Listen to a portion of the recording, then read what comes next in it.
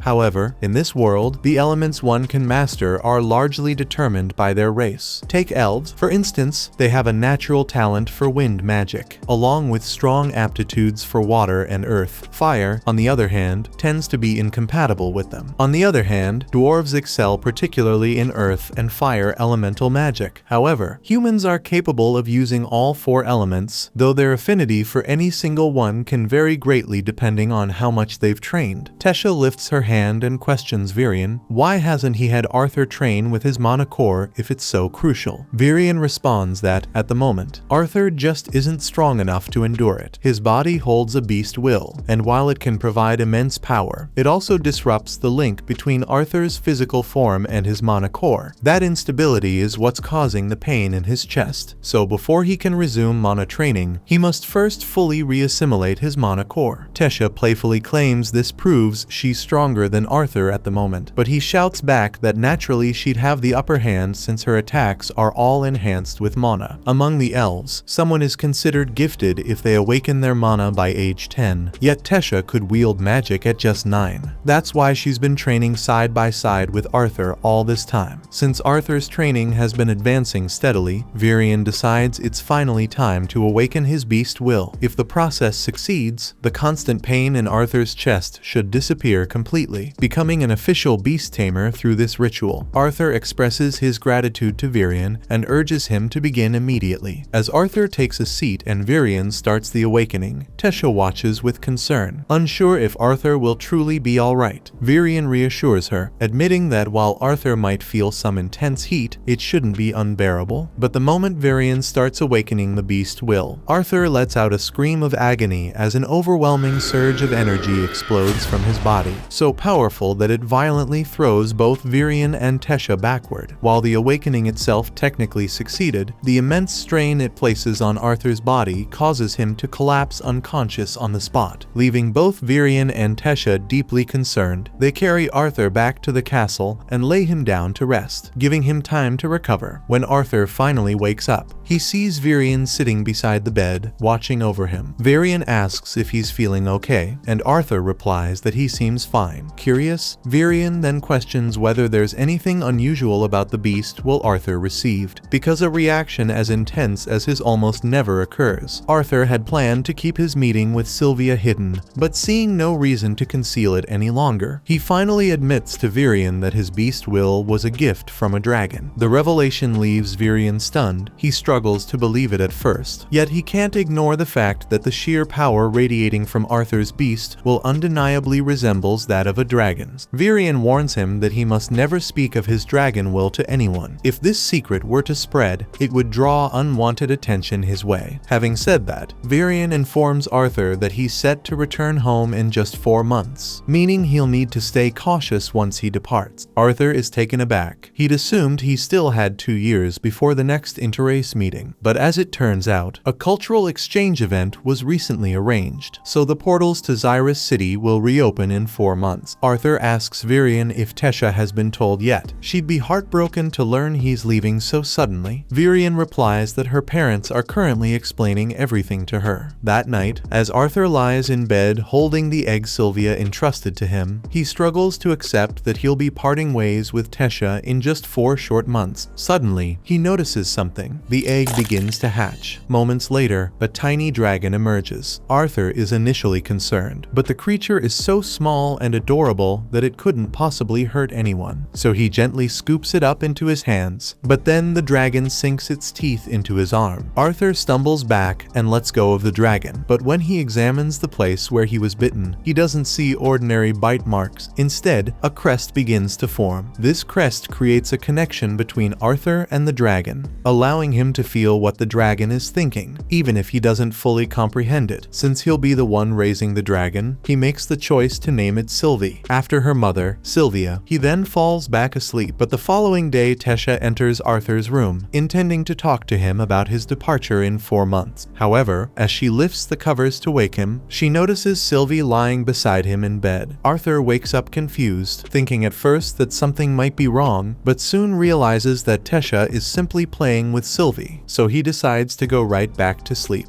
That same day, Arthur and Tesha head to the training grounds for their session with Virion, with Tesha doing her utmost to win Sylvie's affection. However, after nearly squeezing her too tightly earlier, Sylvie keeps her distance from Tesha. When they finally spot Virion, and the moment he notices Sylvie on Arthur's head, he almost has a heart attack, never having dreamed he'd witness a real dragon in his lifetime. As Tesha keeps playing with Sylvie, Arthur explains that Sylvie only hatched because of the beast will awaken awakening he experienced the day before. He worries that having Sylvie around could cause trouble. If people figured out she was a dragon, it would be disastrous, but Virion reassures him, saying there's no need to stress over it. Dragons are little more than legends these days, so nobody would ever guess Arthur's little companion is actually one. All he has to do is pass her off as some rare creature that simply resembles a dragon. Putting that aside, it's time for them to start today's training. Virion informs Arthur that now that he's awakened his beast will, he'll need to train both his beast core and mana core at the same time, and the most effective way to do that is through real combat experience. With that, Virion begins to transform. Once the transformation is complete, he announces that Arthur's training begins immediately. Arthur prepares for an attack, but Virion merely takes a single step forward and disappears. Arthur attempts to defend himself, but tracking Virion's movements proves impossible. He has no clue where the attack might come from. He senses Virion's presence lingering nearby, yet despite his best efforts, he can't detect even the slightest hint of his location. It's an incredible skill, but Arthur isn't eager to get pummeled just for a demonstration. Without hesitation, he throws his hands up in surrender. The moment he does, Virion materializes behind him and Arthur is frustrated because fighting him is just too unfair. Virion could have struck Arthur at any moment during that exchange, and Arthur still wouldn't have had the slightest idea where he was.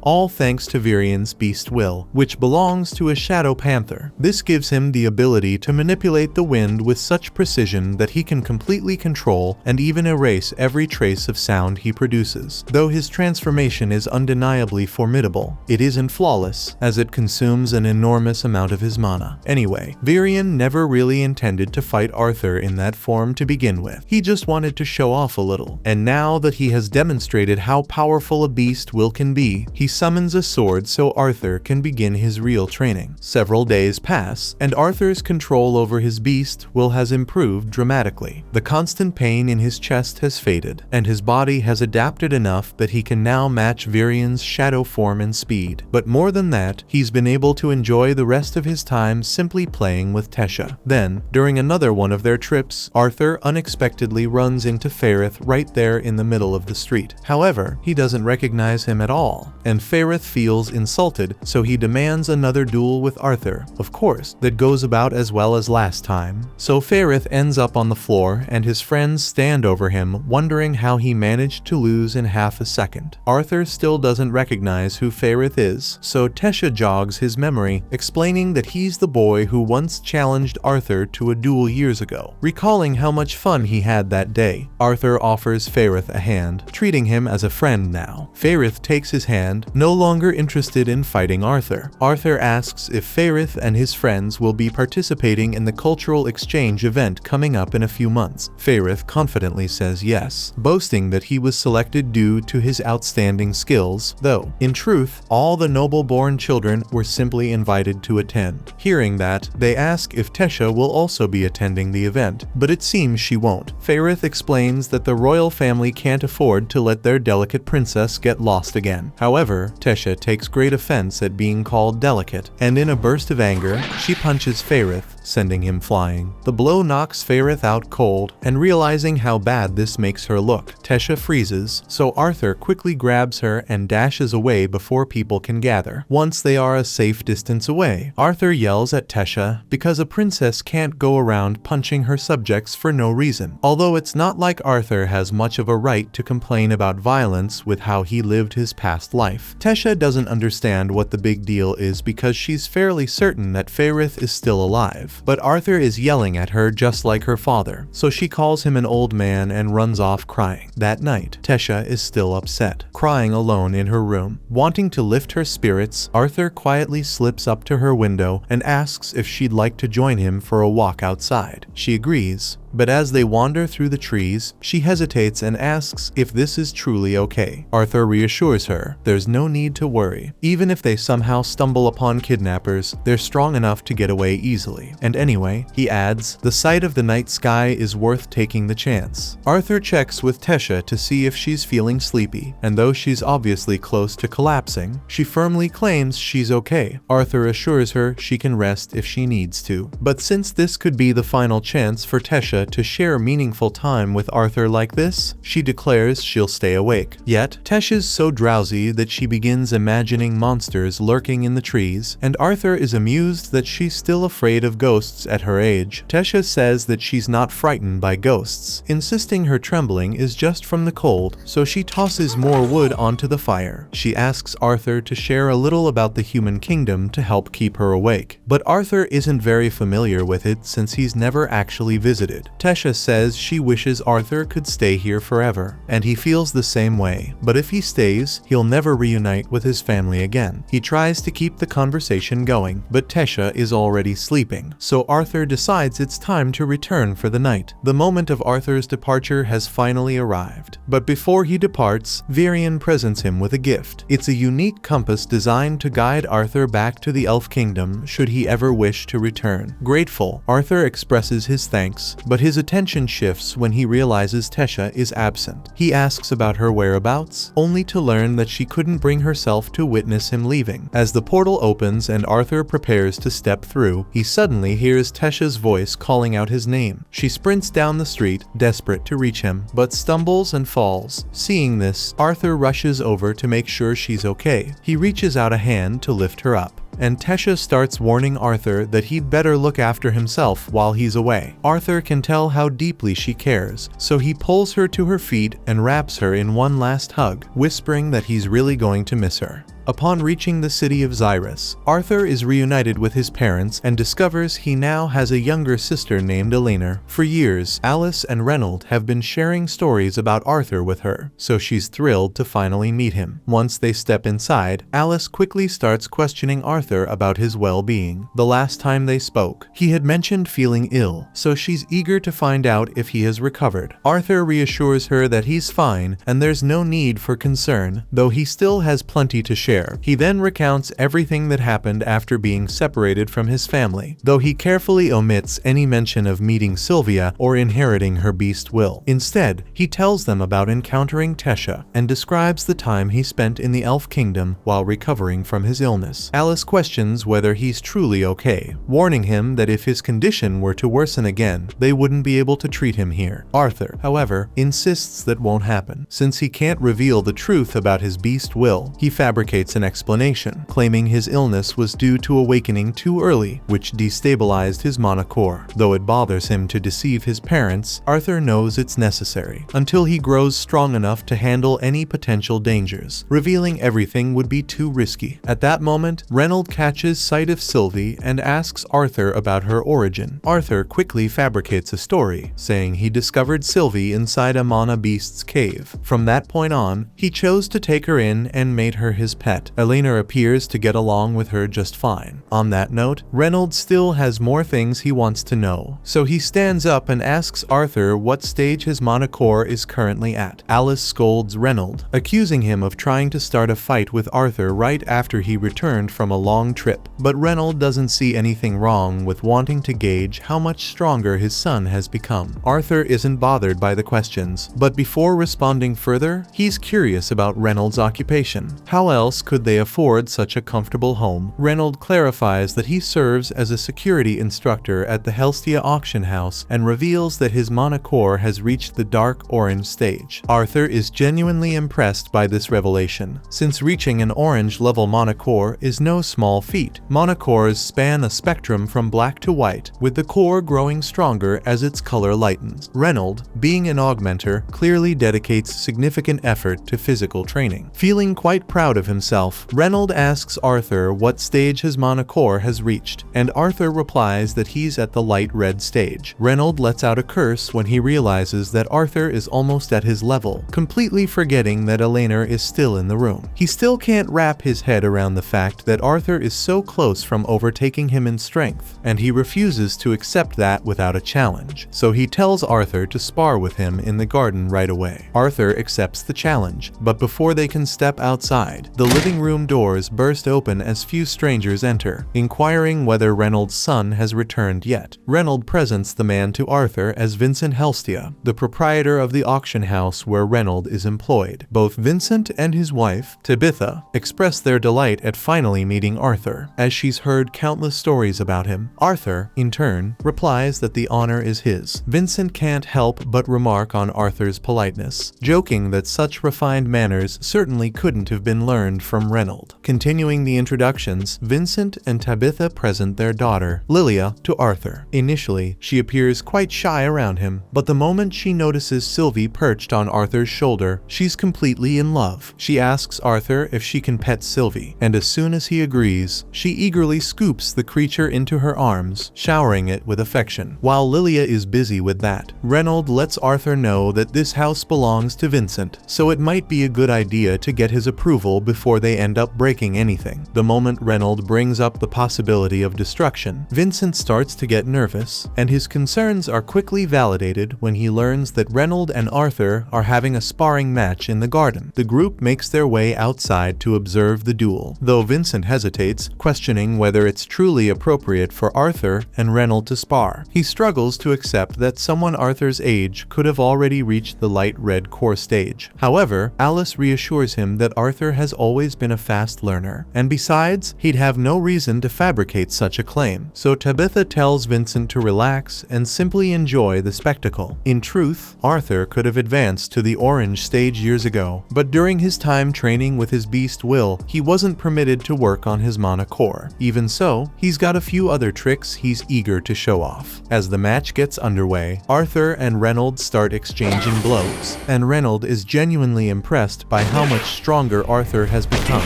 though he still manages to overpower him when it comes to raw strength. Eventually, some space opens up between them, and Reynolds says he wants to take things up a level, igniting his hand in flames and telling Arthur he still has a chance to back out if he wants to. In this world, every mage possesses an elemental affinity, a type of mana they resonate with most naturally. While conjurers can effortlessly wield their aligned element, augmenters typically struggle to do the same. That said, there's a notable exception. Once an augmenter advances to a high enough level, they gain the ability to recognize their elemental compatibility and channel it to enhance their physical strikes. Reynolds has become much harder to handle after imbuing his body with fire magic.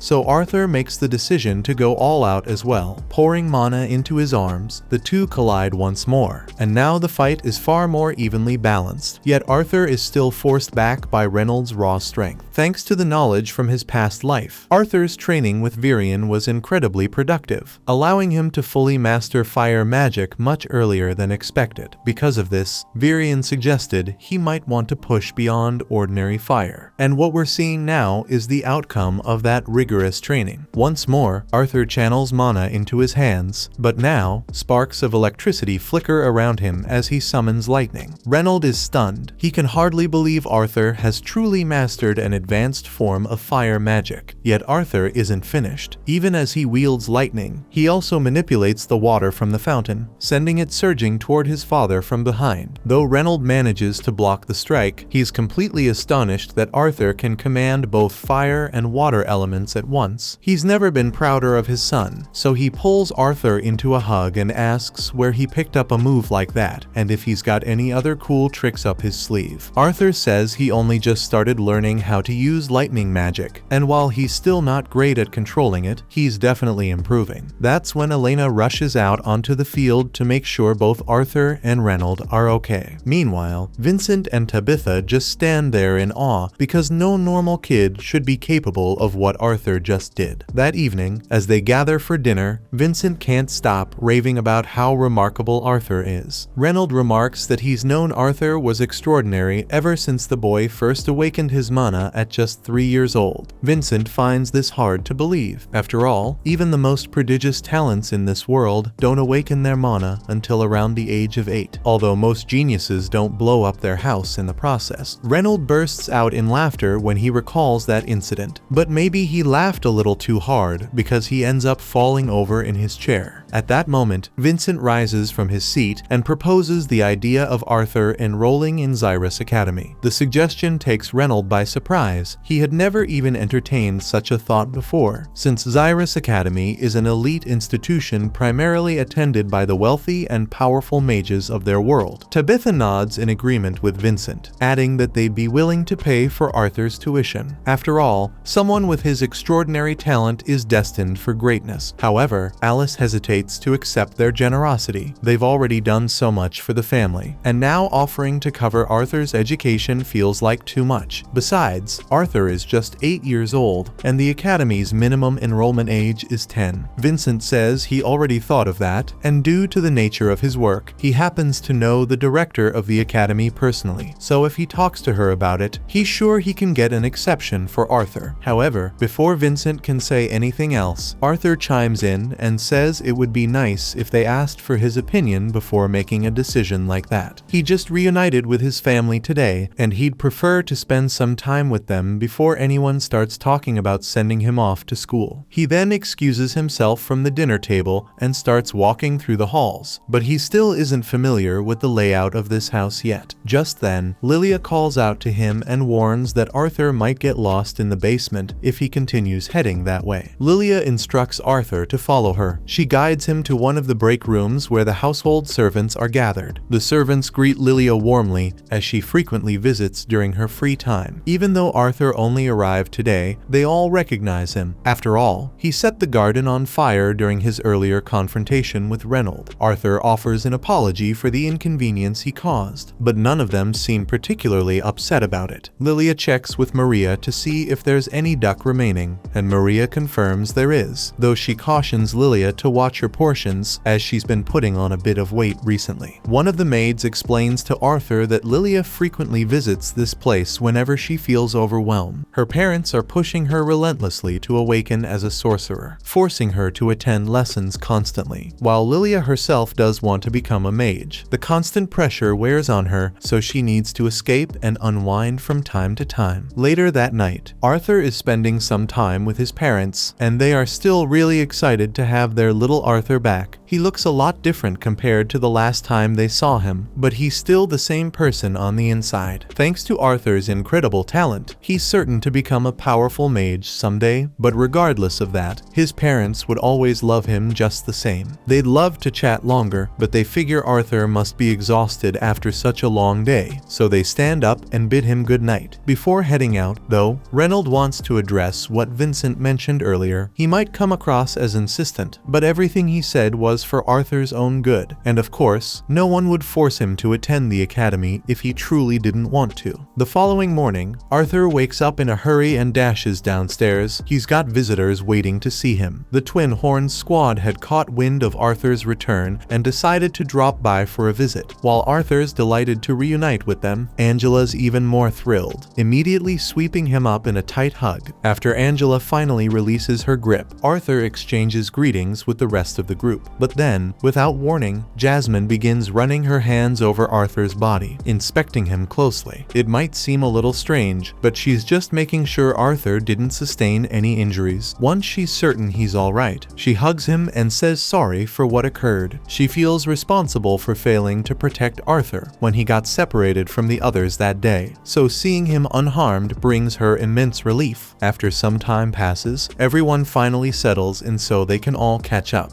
and Arthur is taken aback when he hears that the Twin Horns actually stayed for a while in the distant city of Estiston. They landed a highly profitable job there, but in the end, they had to return to the capital for another mission. Listening to their stories made Arthur understand just how little he actually knows about the kingdom of Sapin, not to mention the vast continent of Dickathon. Becoming an adventurer could be a great way to explore the world, but that would require leaving his family behind once more, and he isn't entirely sure he's ready for that. Arthur finds himself back in his room a few days later, training with his beast will. When he makes a discovery, it allows him to stop time. However, at his current level, he can only hold time frozen for a few seconds, and each attempt leaves him completely drained. He begins to question whether all this effort is truly worth it for a power he doesn't fully grasp. But then, he reminds himself of the reason he's pushing so hard to protect the people he cares about. No matter how difficult it gets, he's determined to keep training. But right before that, he notices just how bad Sylvie smells. So without hesitation, he scoops her up for a bath. Sylvie absolutely despises being washed, but Arthur isn't about to let her roam around filthy inside this mansion. And while he's thinking about the mansion, since the Helstia family lives in such luxury, their auction house must be incredibly successful, though he doesn't know much about them beyond that. After finally finishing Sylvie's bath, Arthur is drying her off on his bed when his family walks in and announces it's his turn to get cleaned up. Since he hadn't bothered much with his looks during his time in the Elf Kingdom, his mother drags him to her hairdresser, who guarantees he'll leave looking amazing. A few hours later, he doesn't look all that different. Just a bit of his hair has been trimmed, but everyone insists he now looks incredibly stylish. Arthur asks why everyone suddenly seems so interested in how he looks, and Tabitha responds by saying she had been considering giving him a tour of their auction house. However, since the Helstia auction house is highly prestigious and even receives visits from members of the royal family, they couldn't possibly let him enter with his hair looking the way it did. Since they're already in Xyrus City, Tabitha suggests giving Arthur a tour, and Elena immediately chimes in, excited to join so she can spend time with her older brother. Lilia feels a twinge of jealousy. After all, before Arthur returned, Elena used to spend most of her time with her, but Lilia also wants to be around Arthur, so she tries not to let it bother her too much. The group enjoys the whole day together, even stopping to play ring toss around a nearby statue. But some random guys suddenly hurl a ring straight at his head before casually walking away. Arthur turns to Lilia and asks if she has any idea what that was about, since those guys were acting ridiculously rude for no reason. She clarifies that those were students from Xyrus Academy, and they behave that way because, in that uniform, nearly everyone in town treats them like royalty. Arthur feels let down, as he hadn't expected to encounter arrogant academy kids here, but he chooses to overlook it for the time being. A short time later, Arthur detects some intriguing energy emanating from a shop, so he heads over to investigate, and his parents clarify that the store deals in beast cores. Arthur is astonished, as he was unaware that beast cores could be bought, having never witnessed such a thing in the Elf Kingdom, though it's quite typical here in the Human Kingdom. Tabitha had mentioned that beast cores can boost a mage's power, and if one contains a beast will, its price can go as high as 100 gold coins. To give some context, that amount of money could support Arthur's family in comfort for the next 250 years. She goes on to say that the auction house will be selling some beast cores later, so if he'd like, she could let him handle one. Arthur thanks her for the kind gesture, but he isn't too eager since he's already content with the beast core Sylvia gave him. Just then, Lilia chimes in and asks her mother if she can have a beast core, but Tabitha promptly refuses, explaining that simply owning a beast core won't help her awaken as a sorcerer. Besides, she believes it's far too costly for someone Lilia's age. Despite Lilia's continued attempts to persuade her, Tabitha stands her ground and says the discussion is over. They then head to a cafe for lunch, but Arthur can clearly see that Lilia is still very upset about what happened. From what was said earlier, it's obvious to him that Tabitha doesn't want Lilia to rush her awakening. Still, for some reason, Lilia seems unusually impatient. Arthur is just about to ask her what's going on when he suddenly realizes that Lilia has disappeared. She's already started walking into a dark alleyway. Arthur stands up and follows her, eventually finding Lilia inside a magic store. She's examining one of the less expensive beast cores, and with her saved allowance, she could actually purchase it herself. But Arthur questions her, asking if she's certain about this. After all, just having a beast core won't guarantee that she'll suddenly be able to wield magic. But Lilia insists she won't know for certain unless she tries. She reaches for the beast core, but Arthur quickly takes hold of her hand, urging her to wait. He really doesn't think it's the right move. Yet Lilia refuses to listen to him, frustrated that he could never truly understand how she feels, not when he's already so naturally gifted. She steps back from Arthur, but in doing so, she unintentionally collides with a boy behind her, revealed to be the same Xyrus Academy students from before. She offers an apology for the bump, but the boy's ego is too puffed up to see it as a simple mistake, so the group gears up to pick a fight. Hearing the disturbance, the store owner steps out to investigate, but the moment he spots the Xyrus Academy uniforms, he decides he wants no part in dealing with those troublemakers. Without a word, he turns around and retreats into his office, pretending he saw nothing. Now the boys are free to do as they please, and their first thought is to teach Arthur and Lilia a lesson by burning them. Lilia quickly ducks behind Arthur for protection. Arthur would prefer to settle things peacefully, but given how unreasonable these guys seem, he braces himself to teach them a lesson instead. But just as the fight is about to break out, Tabitha and Alice arrive, ordering everyone to dismiss their magic at once. The boys, however, brush off Tabitha's warning, asking if she really believes she can stop them. Even the shopkeeper rushes out, pleading with Tabitha not to provoke the boys. After all, if they wanted to, they could easily reduce the entire shop to rubble. However, Tabitha warns them that even Academy students won't escape consequences if they dare lay a finger on the Helstia family's daughter. The moment the boys realize Lilia is a Helstia, they panic. After all, her family is one of the Academy's biggest benefactors, and expulsion would be guaranteed if the director learned of this. So, they start to depart without further trouble, but not before insulting Lilia by calling her an incompetent. Upon returning home, they immediately tell Vincent about the incident. He's stunned to hear that Arthur and Lilia almost came to blows with Academy students, though thankfully, Tabitha intervened before things escalated too far. Vincent realizes with a chill that if she hadn't stepped in, Arthur might have gone far enough to kill those boys. Lilia apologizes for causing so much trouble, but Vincent tells her it's nothing to worry about. She didn't do anything wrong, and with all the donations he has made to the Academy, an incident like this won't affect her chances of enrolling. He also tells Arthur that the same applies to him, but Lilia feels so insecure that she assumes her father is suggesting Arthur should enroll in the Academy in her place. Her parents try to comfort her, insisting that's not what they meant, but Lilia, seeing herself as a failure for not being able to use magic, believes they must see her the same way. She shouts that she hates them both and runs off, leaving her parents completely baffled. A few hours later, when it's time for dinner, Arthur heads to call Lilia down, only to discover she isn't in her room. Back when Lilia was younger, Vincent used to tell her stories about the Academy, which filled her with excitement, and that eagerness made her impatient. Still, she couldn't enroll until she awakened her mana, and that's taken much longer than anyone anticipated. Her parents constantly reassured her that there was no reason to hurry, but when she saw Arthur already mastering magic at such a young age, it left her feeling worthless. Eventually, Arthur finds her alone in the maid break room, and though he wants to apologize, he hesitates, worried that his words might come across as condescending. Unsure of the right way to handle the situation, he struggles with how to approach her. However, before Arthur could say anything, Lilia apologizes for being jealous of him. After Arthur demonstrated his power, he earned all of her father's attention, but she doesn't blame him because it's her own fault for being so incompetent. She really thinks her parents are disappointed in her, and Arthur understands the feelings of self-doubt that must be racing through her mind, so he takes her face in his hands and assures her she's not a failure. He can see how much effort she's put in, and he knows her parents recognize it too. Arthur is certain they're incredibly proud of her, and some unusual exception like him appearing doesn't change that. Lilia lets out a laugh, finally seeing how ridiculous she'd been acting. Her father wants her to become a sorcerer so she can be happy, which is why he has been donating so much money to ensure that she gets enrolled at the Academy. She understands that her parents don't want her to push herself too hard, but the more Vincent does to secure Lilia's position, the more others will look down on her as a spoiled child. Wanting to help her, Arthur asks if she truly wishes to wield magic, because if that's the case, he knows a way to accelerate the process. Later that evening, Arthur informs Lilia's parents that she's gone out, catching them completely by surprise. Confused, they press him for an explanation. Arthur tells them that he sent Lilia to do some training so she can awaken her magic, but in case they are worried, he assures them that the people he sent Lilia to are really nice. Vincent and Tabitha ask him why he would send Lilia away without getting their permission first, but Arthur tells them Lilia is the one who wanted it to be this way. Had she spoken to her parents before leaving, Lilia's determination might have faltered. Still, she made sure to write them a letter, which Arthur now passes to Vincent. In it, she confesses how worthless she's felt all this time without magic, and swears that no matter how many years it takes, she'll train relentlessly until she becomes a truly powerful sorcerer. However, until then she isn't going to return home, so she tells her parents to take care of themselves. Vincent falls to his knees in despair because he realizes this is all his fault. He is the one who reinforced the idea that Lilia needed to become a mage to be happy. In truth, whether she can use magic or not, she will always be his daughter, so he could never think of her as useless. After Vincent finishes speaking, Arthur turns to Lilia and says it's time to step out, and to Vincent's shock, she had been concealed behind the door the whole time. Arthur then begins by expressing his regret for deceiving them. He understands how crushing it feels to believe your child has vanished without warning, and he sincerely apologizes for making them endure that fear. But his intention was to show Lilia that her parents would care for her no matter what, even if she couldn't use magic. Vincent gets why Arthur went to such lengths, so he isn't angry. In fact, it makes him see just how mistaken he had been. He walks over to Reynold and Alice and says he's sorry for pushing to send Arthur back to the academy right after he finally came home. He also feels the need to say sorry to Lilia for almost pressuring her into becoming a sorcerer. He assures her that attending the academy isn't necessary. She doesn't have to master magic to find happiness, and the choice is entirely hers. Lilia is grateful for his words, but she responds that she still wishes to go to the academy, even if her magic takes longer to awaken. She explains that her dream is to become a sorceress who uses her powers to bring joy to others. Arthur tells her that if she's certain this is what she truly wants, he's willing to awaken her magic himself. And since he's going to unlock Lilia's mana, he figures he might as well do the same for Elena while he's at it. The two girls take their seats in the center of the room, and Arthur instructs them to begin by closing their eyes, taking deep breaths, and exhaling slowly. This will help them become aware of the mana inside them. Elena picks up on the sensation immediately, but Lilia still doesn't feel anything stirring within her. She starts to worry that maybe she just isn't cut out for magic, but Arthur reassures her she simply needs to keep trying. Then, placing a hand on each of their backs, he gives them a heads up. He's going to activate their mana now, and they might notice a slight warmth spreading through them. Lilia begins to see lights once Arthur finishes. That's the sign her mana has awakened at last. Overwhelmed with joy, she can hardly contain her excitement. Later, Arthur and his family receive an invitation to the Helstia auction house, and they're all struck by how massive and grand the venue appears. Alice begins to feel uneasy, unsure if she's suited for such a high-class event, but Tabitha comforts her, saying there's no need to worry and they should simply enjoy the evening. This particular auction has stirred excitement among both adventurers and nobles, as it presents a unique opportunity to purchase rare treasures gathered by Vincent. Among these are items like magical beast cores and lavish foreign statues, which is why the security measures are extremely strict, with Reynold overseeing all the guards on duty. As the auction kicks off, Vincent takes the stage and reveals that they have very special guests in attendance tonight: the royal family of Sapin Kingdom, King Blaine, Queen Priscilla, along with Prince Curtis and Princess Catherine. The crowd erupts in cheers for the royals, leading Arthur to conclude that they must be just and beloved rulers for the people to hold them in such high regard. With the royal family present, Reynold and his guards double their vigilance, ensuring that nothing happens during the event. Meanwhile, within the auction hall, Vincent kicks things off by presenting the first item up for bid. This particular blade was crafted by a renowned artisan, and mana has been infused into it, allowing electricity to surge through its tip. The opening bid for this electrified sword is set at 50 gold coins, but without hesitation, one of the attendees counters with an offer of 51. As the bidding war heats up among the participants, Arthur finds himself wondering whether he could imbue a compatible weapon with an elemental attribute of his own. At that moment, he notices Vincent presenting a pair of masks, which immediately catch Arthur's attention. But his focus shifts when he realizes Sylvie is nowhere to be seen. Initially, he assumes she might be playing with Lilia or Elena, but upon spotting them asleep nearby, he rises from his seat to go search for her. Meanwhile, Sylvie strolls through the corridors of the auction house when, unexpectedly, the sorcerer accompanying the royal family intercepts her. Back at the auction stage, Vincent unveils the next item, an orank lion cub. The moment Prince Curtis lays eyes on it, he turns to his father and insists on having one. As the bidding begins, begins. A king swiftly places an offer of 1,000 gold coins. Naturally, no one dares to challenge the king's bid, so the lion cub is promptly sold to him without any further competition. The king steps onto the stage to claim the kitten, and Vincent asks what he intends to do with it. The king replies that he could tame the creature for himself, but since Curtis has offered to train the beast to the best of his ability, the king plans to entrust it to him instead. Meanwhile, Arthur is searching for Sylvie when a sharp scream echoes from the hallway.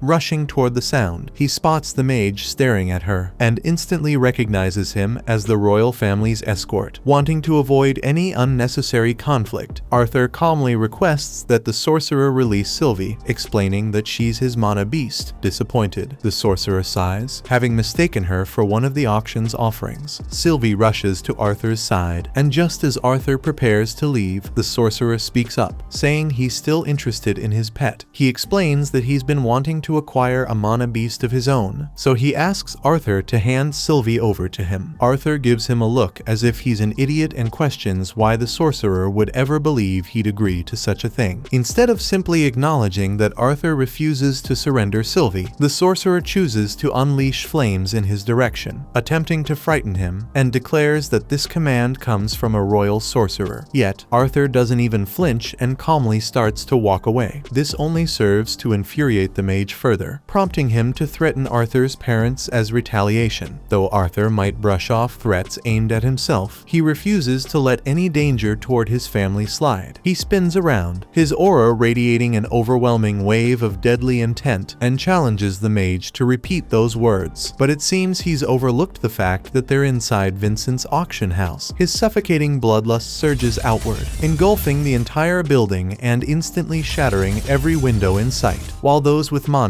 like the king, manage to endure the pressure, those without, such as Vincent, collapse instantly under the crushing force. The king moves to check on Vincent, while the royal guards encircle their monarch, assuming the murderous aura must belong to an enemy. The king, however, assures them he can protect himself and orders them to focus on shielding the other guests and apprehending the intruder instead. Arthur quickly grasps the consequences of his actions. While he may have successfully intimidated the royal sorcerer, he also just unleashed complete chaos. He withdraws his bloodlust, but it's too late. Panic has already taken hold. With confusion spreading and no one understanding the situation, Reynolds takes charge, commanding everyone to evacuate immediately while he works to bring order to the mess. Following the incident, after everyone has been safely evacuated, the king requests a private conversation with Reynolds. He wishes to confront Reynolds about his failure to apprehend the culprit, and Reynolds offers an apology. However, the king regretfully informs him that punishment is unavoidable. Reynolds accepts whatever penalty the king deems appropriate, but before the king can deliver his decision, the sorcerer intervenes. The mage urges the king to show leniency, pointing out that no lives were lost in the ordeal. However, the sorcerer isn't acting out of pure kindness, and he makes that evident by remarking on how impressive Arthur's mana beast appears. The king proceeds to introduce Sebastian to everyone, explaining that he is a mage tasked with protecting the royal family. Having saved the king's life on numerous occasions, Sebastian has earned the king's deep respect. So, when Sebastian expresses his interest in Arthur's mana beast, the king turns to Reynolds and asks if he would be willing to hand it over as a gesture of gratitude for Sebastian's earlier leniency. Arthur attempts to speak, but his mother quickly interrupts him, reminding him that it's disrespectful to speak out of turn to a king. In response to the king's request, Reynolds speaks up, explaining that he cannot comply because Arthur acquired Sylvie on his own, and thus Reynolds has no authority to hand her over to someone else. At that moment, the king chooses to address Arthur directly. Facing him, he asks if Arthur would consider giving Sylvie to Sebastian, but Arthur refuses, stating that nothing could ever replace Sylvie. The king then suggests a trade, offering the world lion cub he recently obtained in exchange for Sylvie. He insists that although Arthur's mana beast may be rare, the lion cub cub should be considered more valuable. Still, Arthur declines his offer once more and making it clear that he has no intention of selling or trading Sylvie under any circumstances. The king begins to lose his patience and reminds Arthur that he has already asked him twice, insisting that a king should not have to repeat himself. He makes one final request for Arthur to hand over Sylvie, but the king's persistence starts to irritate Arthur. Rising to his feet, Arthur asks the king if he himself would be willing to sell his own children. Hearing this stuns the king so much that he doesn't know what to say, but Arthur continues and reminds the king that he has already turned down his request 3 times already. Yet he refuses to accept that some things are so precious that they aren't for sale, so he wants to know how the king would respond if someone came up to him and demanded to buy his children. The guards rush forward at once to strike Arthur for showing disrespect to the king, but Arthur effortlessly knocks them both out with a single punch. Sebastian starts calling them fools for not managing to kill one small child, and he is determined to obtain Sylvie no matter what. To that end, he casts a spell, hoping to burn Arthur to death. Yet, Arthur triggers his ultimate ability, freezing time throughout the entire room, except for Sebastian. Sebastian looks around in confusion, wondering why everyone has suddenly frozen, but Arthur informs him that none of them can hear anything he says. Arthur then starts to approach him slowly, and in a panic, Sebastian warns him to stay away, claiming that Arthur has no chance against a royal sorcerer. In response, Arthur calmly breaks one of Sebastian's legs. He starts calling out for help, but Arthur tells him no one can save him here, so he had better listen to what Arthur has to say while he is still conscious. Arthur warns him to know his place and be careful about who he threatens, because next time things will be much worse for him. A few seconds later, time returns to normal and Arthur passes out from all the exertion. A short time afterward, Arthur wakes up in his bed with a pounding headache, realizing he might have pushed himself too far by using his ability. Though he managed to freeze time for a brief moment, the strain on his body was immense. Just as he's processing this, Alice enters to check on him, relieved to see he's finally awake. Arthur asks her to fill him in on what happened after he lost consciousness, and Alice explains that everyone was stunned when he collapsed suddenly. She hurried to treat him, but even so, his body took a long time to recover. Now that Arthur appears to be doing well, Alice takes him into town to go shopping after their talk. As they walk through the streets, Arthur notices a hairpin that would suit Elena perfectly, but since he still has no money, Alice purchases it for him, suggesting he give it to Elena as a present later. She even offers to buy something for Arthur too, but he hesitates, wondering if they should really be spending money, especially since Reynolds may have lost his job at the auction house. However, Alice tells him he doesn't have to worry about their family's finances because she has a job as well. Arthur had no idea of this, but apparently Alice makes luxury items and they are quite popular among the nobility, so she makes a decent amount of profit, so they can still afford to buy whatever they want. So much so that by the time their shopping trip is over, Arthur and Alice are carrying a bunch of bags. When they arrive back home, they overhear Reynolds in the living room speaking with someone, firmly stating that his silence isn't for sale when his son was almost killed. Arthur steps in and asks what's going on, and as soon as Reynolds sees him, he expresses his relief that Arthur is up and about. Arthur reassures him there's no need to be so worried, as he's completely fine. The man Reynolds had been speaking to suddenly recognizes Arthur as the boy from the incident and invites him to join their conversation. The man hands Arthur and Reynolds a pouch of gold from the king, calling it a modest apology for what he describes as yesterday's minor incident. Arthur disagrees. Being assaulted by 2 knights and a royal sorcerer hardly feels minor, but he chooses to remain quiet, thanking the man for making the trip. Pleased by Arthur's response, the man smiles and reassures him that the 2 guards involved in the attack have already been fired. After all, he explains, the king would never condone harming a child over something as trivial as a declined request. Reynolds believes that simply firing the knights who attempted to murder his son isn't a sufficient punishment, but the man counters by reminding him that Arthur was disrespectful to the king in the first place. Moreover, the king showed mercy by forgiving Reynolds' failure to protect the auction house, so he shouldn't begrudge the guards receiving a bit of mercy too. Just as Reynold opens his mouth to respond, Arthur interrupts, insisting there's no reason to be angry. After all, it was his own fault for speaking improperly, and since he escaped without serious harm, it doesn't trouble him. Arthur asks about Sebastian's condition, since his leg was broken. The man clarifies that Sebastian was relieved from his position for assaulting Arthur, and is currently undergoing treatment in a hospital. Sebastian kept claiming that Arthur was responsible